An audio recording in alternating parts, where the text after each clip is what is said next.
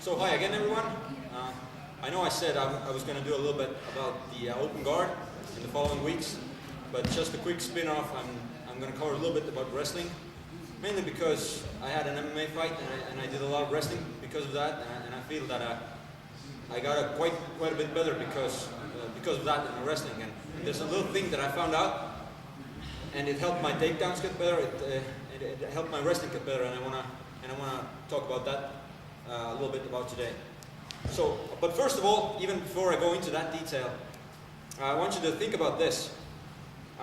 In wrestling, actually the old wrestling is going to be to get into an advantageous position. What I mean by this is, old wrestling, for instance, when you get into this position, it's really highly likely that you're going to finish a takedown.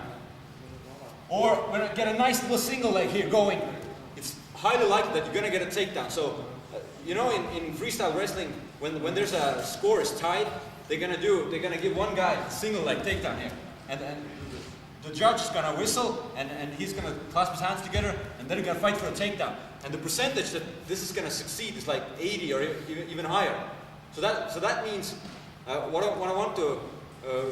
point is that most of the wrestling should be about setups, and it should bring attention to just moving around here. How do you move through his defenses? Here, getting into that position. If you get here, it's highly likely you're going to finish the takedown. So this is just to maybe like put priorities straight in wrestling. That it's not about doing gazillion takedowns again. It's highly likely you'll do it if you get into that good position. It's the setups. It's moving around here. He's gonna fight. What setups do I make? Did I get here?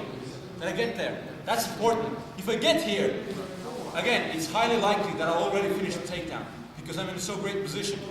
So that's what you might want to think about. It's working in setups, standing here, just doing the pummeling, arm wrestling, stuff like that, grip fighting.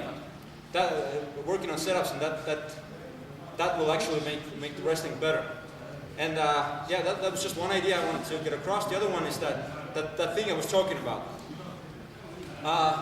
This is just basic, I don't know, biomechanics or mechanics. If you want to lift something, you got to do it with a straight back. Yeah, sounds reasonable. And in wrestling, a lot of takedowns involve lifting motions. For instance, double leg takedown. Not every you can do takedowns without lifting. Actually, for instance, you can do sort of a blast double. You can just come in, make sure that he can move with his legs, and then just drive through, and you'll get a takedown. But a lot of takedowns involve a little bit lifting motions. Even a double leg you can do with a sort of lift. You want to lift him up a little bit. You want to go with a little lifting motions. Or single leg sometimes.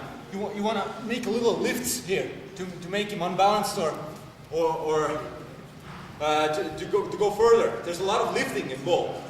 And the thing I noticed is that, especially between beginners and good wrestlers, is that when they shoot in, when a good wrestler shoots in, he brings his hips close. Because, you see, when a beginner shoots in, he wants to do a sort of a lifting double. He wants to lift him. He won't bring his hips close, and because of that, he's gonna lift here using his arm power, and his back is gonna get arched a little bit. He's gonna lift here like this, and I see this a lot. People just go in and they grab here, and then they're gonna lift like this, and it's god awful to watch. Okay, so but you can't lift like this because it's weak. It's weak lift. A strong lift is, well, what is strong lift? A deadlift. So when you get here, you want to get your hips close, because now when you lift, you use your back and your leg power. So there's a little positional difference when a beginner thinks that he wants to just grab the legs and just pull and that'll get the work done. No.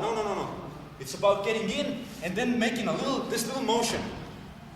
Just watch. When I want to lift him, again, here, it's hard to lift because I will mainly use my upper body strength, only the pulling motion. But now there's this little motion where I do this sort of a lunging motion. I thrust my knees a little bit forward. You see, my hip starts to get already closer. But now, to balance myself, I make this lunge. And you see, now I'm straight. My back is straight, my head is straight, and I can use power of my legs to do the lift, the takedown. And And this is a really important part. I was teaching duck under the other day, and I noticed when people when they go underneath, they want to do this kind of a like weird worm motion, you know, that they just arch their back and they just want to get here. But you're so weak when you arch back. He wants to compress you. He's gonna drive your head into the hips, and you're gonna be squished. So when duck unders, again, when you come underneath him, you see, I want to get my hips close. And there's two ways you can do that. That's one way is the bad way. Just bring it close. Because now your back fails. Back is arched. So the other one is, you see, I have this straight body, and I want to get my hips close while still maintaining head up posture and nice straight back. That means I got to come lower. I got to get in lower. And that requires that little lunging motion again. So I'm away, I thrust my knees forward, and I come out in from underneath. Because now I have straight back, and I will use the lifting motions. I can lift nice and easy. Bam. I'm so strong when I do it this way. And this is something that you might want to pay attention when you're doing stand-up wrestling. Any kind of lifting, you want to lift the guy, you got to get your hips close. And it's this little motion that usually gets the trick done. You got to get close, but you got to maintain straight back and head up at all times. So I'm here. I go in, I get here, and now I want to maintain that good posture, so I make that little lunging motion to make that lift. Yeah, so any kind of takedown, double leg, some kind of single leg.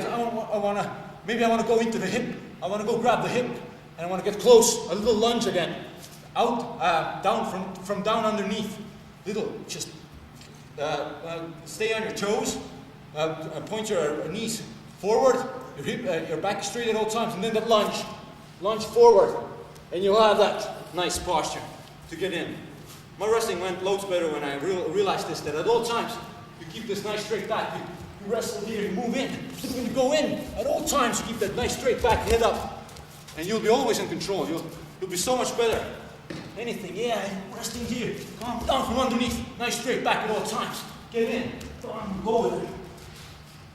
So that's what I wanted to get off the chest for this week, and I promise next week I'll go on with the with jiu-jitsu and with the open guard.